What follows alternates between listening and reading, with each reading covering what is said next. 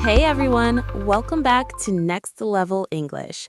I'm Maya, and today we're diving into something that's going to transform the way you handle business conferences.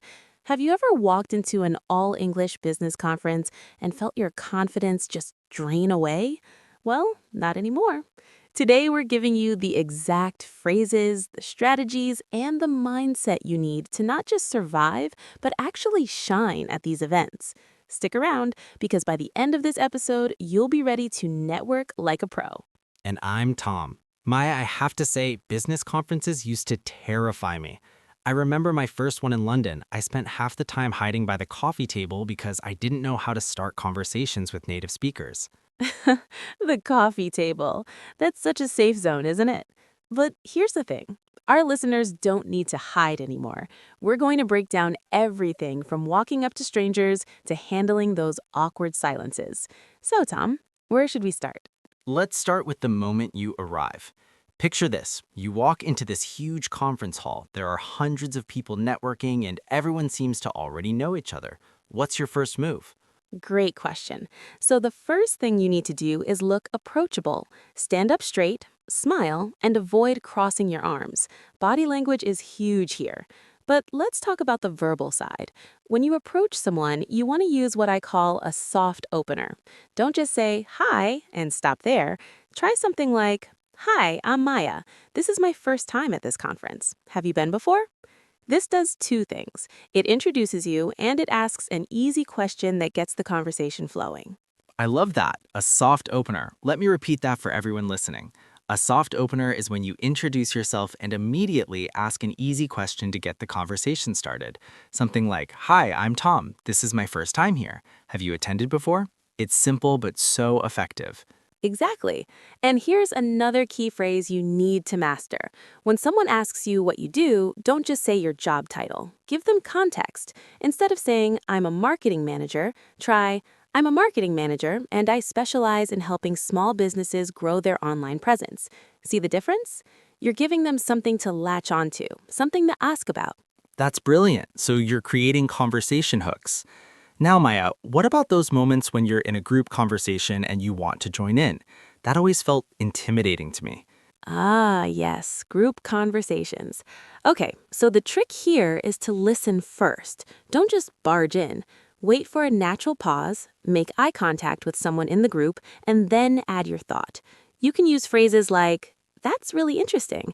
I actually had a similar experience when, or, I'd love to add to that point if I may. These phrases show respect and they ease you into the conversation smoothly. I'd love to add to that point if I may. I'm using that one next time. But seriously, that's gold. Let me say that again for our audience. When joining a group conversation, wait for a natural pause. Make eye contact and use phrases like, that's really interesting. I actually had a similar experience when. It shows you've been listening and you're adding value. Perfect. Now, let's talk about something that happens at every conference. Someone asks you a question and you don't understand them. Maybe they have a strong accent or they use industry jargon you're not familiar with. What do you do?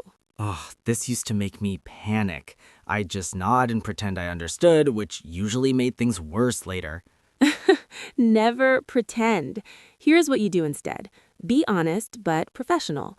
Say something like, I'm sorry, could you repeat that? I want to make sure I understand you correctly. Or you can try, just to clarify, are you asking about, and then paraphrase what you think they said. Native speakers do this all the time. It's not a weakness, it shows you care about clear communication. That's such a relief to hear. So let me make sure our listeners get this. If you don't understand something, don't panic and don't pretend. Simply say, I'm sorry, could you repeat that? I want to make sure I understand you correctly. This is professional and it shows you value clear communication. Everyone appreciates that. Absolutely. Now, Tom, let's move on to networking conversations. These are usually short, right? You're not having deep philosophical discussions. You're exchanging information, finding common ground, and building connections. So, what are some essential phrases for these quick exchanges? Right. So one phrase I use all the time is, what brings you to this conference? It's open-ended, it's friendly, and it gets people talking about their interests. Perfect. And when they answer, you need to show active listening. Use short responses like, that makes sense, or I can see why that would be important to you, or that's fascinating. These keep the conversation flowing without you having to say something profound every time. Oh, active listening. That's so important. Our audience needs to remember these short phrases. Say them with me. That makes sense. I can see why that would be important to you. That's fascinating. Exactly. And here's another crucial skill: knowing when and how to exit a conversation gracefully. You can't spend the whole conference talking to one person, right? So you need exit strategies. Exit strategies. It sounds like a spy movie, but you're right, this is important. I used to feel trapped in conversations because I didn't want to be rude. So here's what you do: wait for a natural pause, then say something like, "It's been really great talking to you. I should probably circulate a bit more, but let's stay in touch."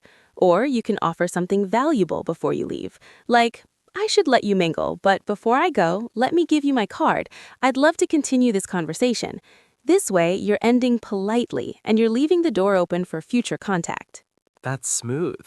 So the key is to wait for a natural pause, acknowledge the conversation positively, and then suggest staying in touch. Try phrases like, "It's been really great talking to you. I should probably circulate a bit more, but let's stay in touch." This is polite, professional, and it keeps your network growing.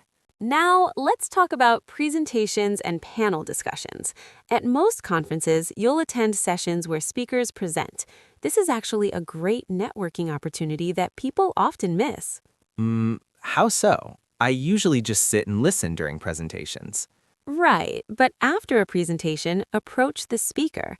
They're usually available for a few minutes, and most speakers love engaging with their audience. Walk up and say something like, "Thank you for that presentation. I particularly found your point about marketing trends really insightful. I work in that field too, and I'd love to hear more about your experience. See what I did there? I thanked them, I mentioned something specific, and I connected it to my own experience." That's brilliant. You're creating a personal connection. Let me repeat that approach. Walk up to the speaker, thank them for their presentation, mention something specific that resonated with you, and connect it to your own experience. Something like, "Thank you for that presentation. I particularly found your point about marketing trends really insightful. I work in that field too, and I'd love to hear more about your experience." Perfect. Now, during the actual sessions, don't be afraid to ask questions when they open the floor. But here's the key: make your question clear and concise. Start with something like, "Thank you for the presentation. My question is about..." Get straight to the point. Long, rambling questions lose people's attention. That's good advice. Keep questions short and specific. "Thank you for the presentation. My question is about," then get right to your point. Now, let's talk about something that makes many non-native speakers nervous: small talk. At conferences, you'll have coffee breaks, lunch breaks, these casual moments. Small talk is essential here. Small talk. The weather, sports, weekend plans, these topics always felt so trivial to me, but I've learned they're actually really important for building rapport. Exactly. Small talk is the bridge to bigger conversations. So, some universal topics that work everywhere. The conference itself. How are you finding the conference so far? Have you been to any good sessions today? These are safe, relevant, and easy for anyone to answer. You can also talk about the city you're in. Is this your first time in this city? Have you had a chance to explore at all? Those are great. Conference-related small talk is perfect because everyone has that in common. Let me give our listeners those questions again. How are you finding the conference so far? Have you been to any good sessions today? Is this your first time in this city? These questions are easy to answer and they naturally lead to longer conversations. Absolutely. Now, here's something crucial: business cards and follow-ups. When someone gives you a card, don't just take it and stuff it in your pocket. Look at it. Comment on something. Maybe their title, their company. Say something like, "Oh, you work for Tech Solutions. I've heard great things about that company." This shows respect and it gives you another conversation topic. That's such a good point. Treat their business card with respect. Look at it, comment on something specific. "Oh, you work for Tech Solutions. I've heard great things about that company." This small gesture makes a big impression. And when you get back to your hotel or home, follow up. Send a quick email within 24 hours. Say something like, "Hi, it was great meeting you at the conference yesterday. I really enjoyed our conversation about digital marketing. I'd love to stay connected. Perhaps we could have a call next week to discuss potential collaboration? Keep it brief, reference your conversation specifically, and suggest a next step. Follow-up is so important. Many people skip this step and then wonder why their networking didn't lead anywhere.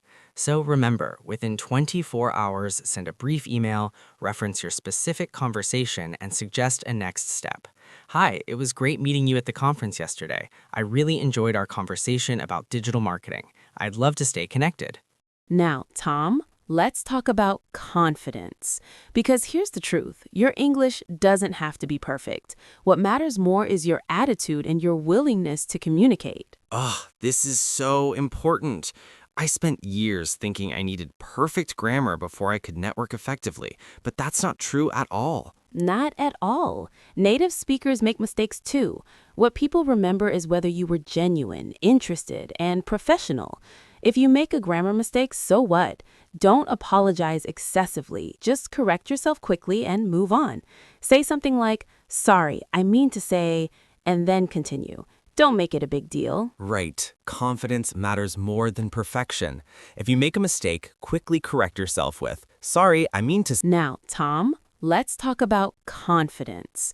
Because here's the truth, your English doesn't have to be perfect. What matters more is your attitude and your willingness to communicate.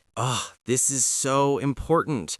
I spent years thinking I needed perfect grammar before I could network effectively, but that's not true at all. Not at all. Native speakers make mistakes too.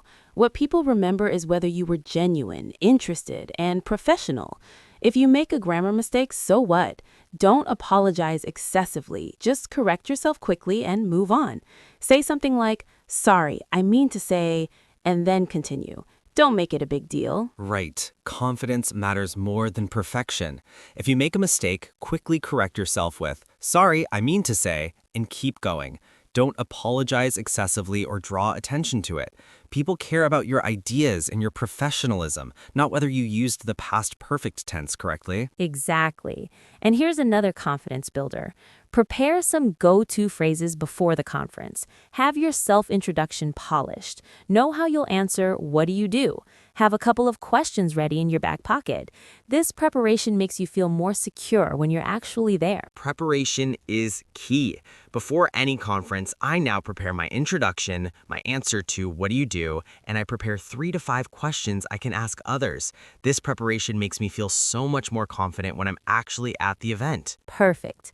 Now let's talk about something that happens at every conference. Meals. Lunch, dinner, these are prime networking times. If you're sitting at a table with strangers, how do you break the ice? The conference dinner. I used to hate these because I'd end up sitting in silence. Not anymore. So here's what you do. Start with something everyone can relate to.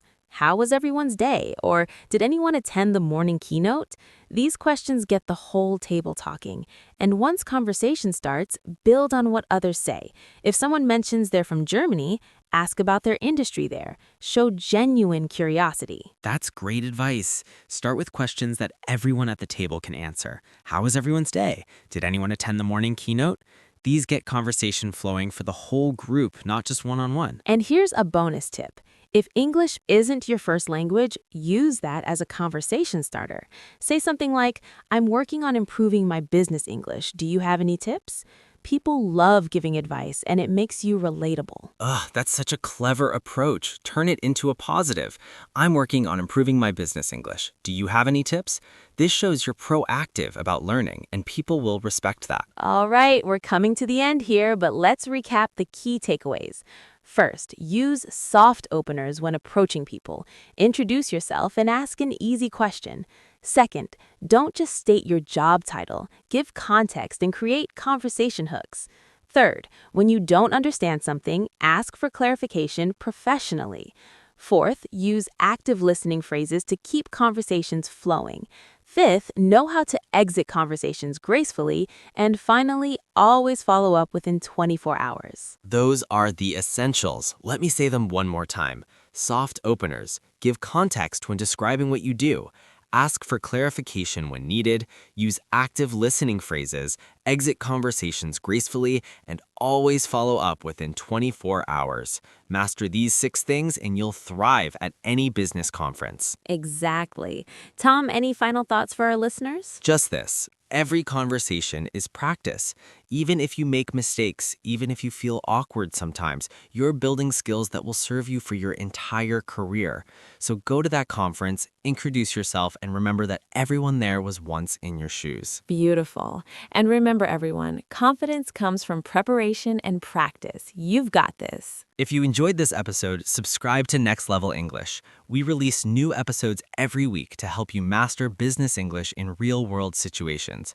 Until next time, keep learning, keep practicing, and keep leveling up your English. See you next time, everyone.